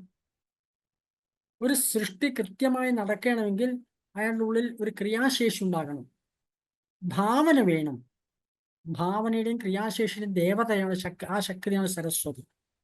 അതുണ്ടെങ്കിൽ സൃഷ്ടി നടത്താൻ പറ്റും എന്നാണ് സങ്കല്പം. ബ്രഹ്മാവിന്റെ മകളായാലും ബ്രഹ്മാവിന്റെ ശക്തിയായിട്ട് സങ്കല്പിക്കാം. ബ്രഹ്മാവ് പൂർണ്ണമായ കൃത്യമായ സൃഷ്ടി പ്രക്രിയയുടെ ദേവതയാണ്. ആ സൃഷ്ടി പ്രക്രിയ പൂർണ്ണവും പെർഫെക്റ്റും ആവണമെങ്കിൽ അവിടെ കൃത്യമായ ഭാവന വേണം, ക്രിയാശേഷി വേണം. അതാണ് സരസ്വതി. ശരി, നാമവും മന്ത്രവും ഒന്നാണോ? ചെറിയ വ്യത്യാസമുണ്ട്. നാമം നമശിവായ, നാരായണ, ഇതൊക്കെ നാമങ്ങളാണ്. പക്ഷെ അത് കൃത്യമായ ഒരു അത് ബാക്കി മുഴുവൻ മിക്കവാറും ഈ കുറച്ച് നാമങ്ങൾ ഒഴികെ ബാക്കി മുഴുവൻ ശുദ്ധ മന്ത്രങ്ങളാണ്. മന്ത്രം ഇത് തന്നെ നമശിവായ നമുക്ക് സാധാരണ ജപിക്കാം, ആ ഒരു ഉപദേശമൊന്നും വേണ്ട. പക്ഷെ മന്ത്രജപമായി ജപിക്കുമ്പോൾ അത് കൃത്യമായിട്ട് ഉപദേശം വേണം, ഒരു ഗുരു പരമ്പരയിൽ നിന്ന് ഉപദേശം സ്വീകരിക്കണം. വേണ്ടത് രണ്ടാണ് ചില വ്യത്യാസം. സാധാരണക്കാരന് ജപിക്കാവുന്ന നാമങ്ങൾ ലളിതാ സഹസ്രനാമമാണ്, എല്ലാവർക്കും ജപിക്കാവുന്നതാണ്. ലളിതാ സഹസ്രനാമം തന്നെ മന്ത്രജപമായിട്ട് സ്വീകരിക്കാം, ഒരു ഉപദേശ രൂപേണ സ്വീകരിക്കാം. കേട്ടല്ലോ, എടുക്കാം. ശരി, അപ്പൊ നാമം ജപിച്ചാൽ നിവർന്നിരിക്കുക. വാമദേവ ഋഷി പങ്ക്തിച്ഛന്ദ സദാശിവരുദ്രോ ദേവത. ഓം നമഃ ശിവായ, ഓം നമഃ ശിവായ, ഓം നമഃ ശിവായ, ഓം നമഃ ശിവായ. വാമദേവ ഋഷി പങ്ക്തിച്ഛന്ദ സദാശിവരുദ്രോ ദേവത. ഗുരുർ ബ്രഹ്മ ഗുരുർവിഷ്ണു ഗുരുർദേവോ മഹേശ്വര, ഗുരു സാക്ഷാത് പരബ്രഹ്മ തസ്മൈ ശ്രീ ഗുരവേ നമഃ. അഖണ്ഡമണ്ഡലാകാരം വ്യാപ്തം യേന ചരാചരം തത്പദം ദർശിതം യേന തസ്മൈ ശ്രീ ഗുരവേ നമഃ. ശുക്ലാംബരധരം വിഷ്ണും ശശിവർണം ചതുർഭുജം പ്രസന്നവദനം ധ്യായേത് സർവവിഘ്നോപശാന്തയേ. വക്രതുണ്ഡമഹാകായ സൂര്യകോടിസമപ്രഭ, നിർവിഘ്നം കുരു മേ ദേവ സർവകാര്യേഷു സർവദാ. ഗജാനനം ഭൂതഗണാധിസേവിതം കപിത്ഥജംബൂഫലസാരഭക്ഷിതം ഉമാസുതം ശോകവിനാശകാരണം നമാമി വിഘ്നേശ്വര പാദപങ്കജം. ഓം അസതോ മാ സദ്ഗമയ തമസോ മാ ജ്യോതിർഗമയ മൃത്യോർമാ അമൃതം ഗമയ. ഓം പൂർണ്ണമദ പൂർണ്ണമിദം പൂർണ്ണാത് പൂർണ്ണമുദച്യത്തെ പൂർണ്ണസ്യ പൂർണ്ണമാദായ പൂർണ്ണമേവാവശിഷ്യത്തെ. ഓം ശാന്തി ശാന്തി ശാന്തി. എല്ലാവരും നിവർന്നിരിക്കുക. ഈ അധ്യയനം നമുക്കും നമ്മുടെ കുടുംബത്തിനും മുഴുവൻ ഹിന്ദു സമൂഹത്തിനും ഉപയോഗപ്രദമാവട്ടെ എന്ന് പ്രാർത്ഥിക്കണം.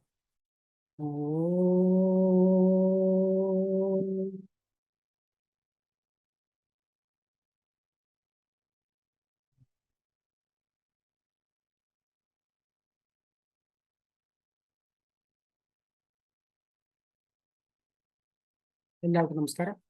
അടുത്ത ക്ലാസ് നമുക്ക് വീണ്ടും കാണാം.